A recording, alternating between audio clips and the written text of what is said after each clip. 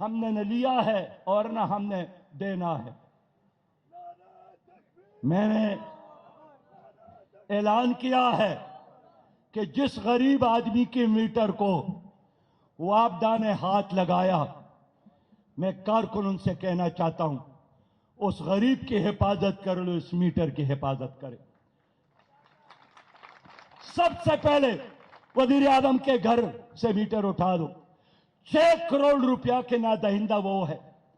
یہ بڑے بڑے کارخانہ دار، ان کے میٹر اٹھا دو.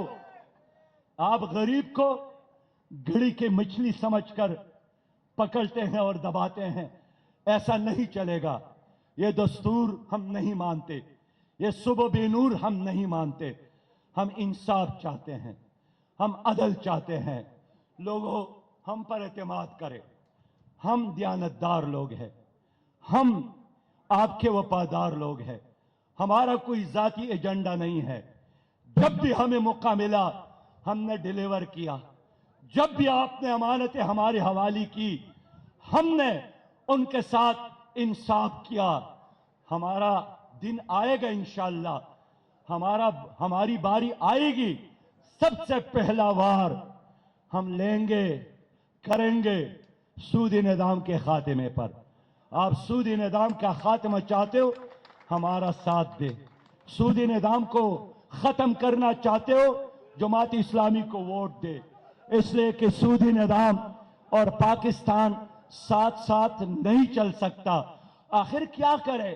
اللہ کا حکم ہے سود نہ کرو، پیغمبر کا حکم ہے سود نہ کرو، آئین میں لکھا ہے سود بند کرو، وہ پاکی شرعی عدالت کا فیصلہ ہے سود نہ کرو. تو اب پھر کیا کسی جبریل امین کے انتظار میں کہ وہ دوبارہ آئے گا؟ اس نے تو ایک بار اللہ کا حکم آپ تک پہنچایا ہے کہ سود اللہ اور اللہ کے رسول کے ساتھ جنگ ہے. اس لیے جماعت اسلامی بھی سودی نظام کے خلاف بھی اور سود خوروں کے خلاف بھی جہاد کا اور اس کے خلاف جدوجہد کا اور اس نظام کے خلاف بغاوت کا اعلان کرتی ہے.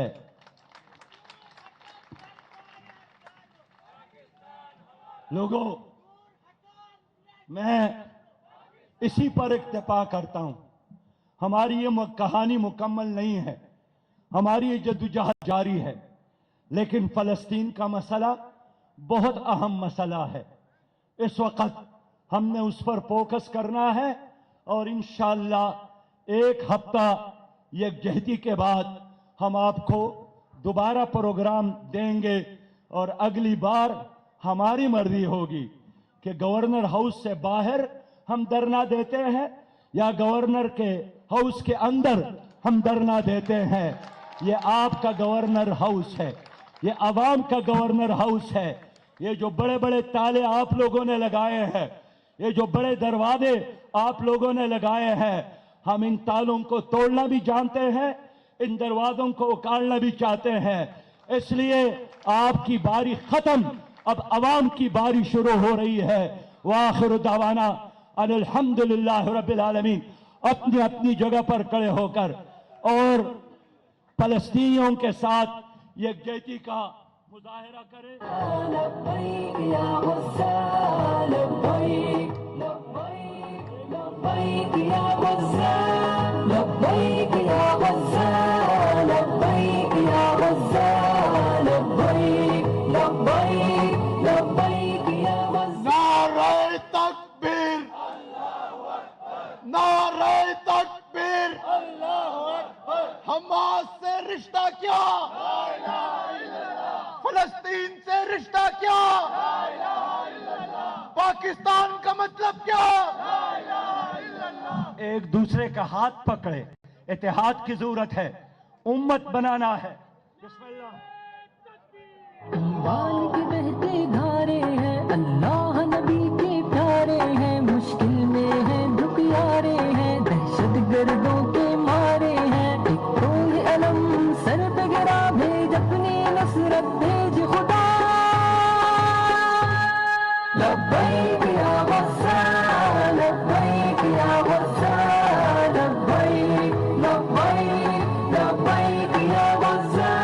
اور اس سے پہلے کہ میں محترم امیر جماعت کو دعا کے لیے بلاؤں، اب یہاں سے انشاءاللہ امیر جماعت کی ہدایت کے مطابق ہم جائیں گے گلی گلی، کوچے کوچے، بازار بازار، اور اپنے فلسطینی بھائیوں سے، بہنوں سے، بچوں سے اظہار یکجہتی کریں گے، اور اتوار کو شارع فیصل پر تاریخی ملین مارچ ہوگا انشاءاللہ تعالی، پورے شہر کو لے کر آئیں گے انشاءاللہ، امیر جماعت خطاب فرمائیں گے انشاءاللہ، اور پوری امت کی ترجمانی امت مسلمہ کا سب سے بڑا شہر کراچی کرے گا۔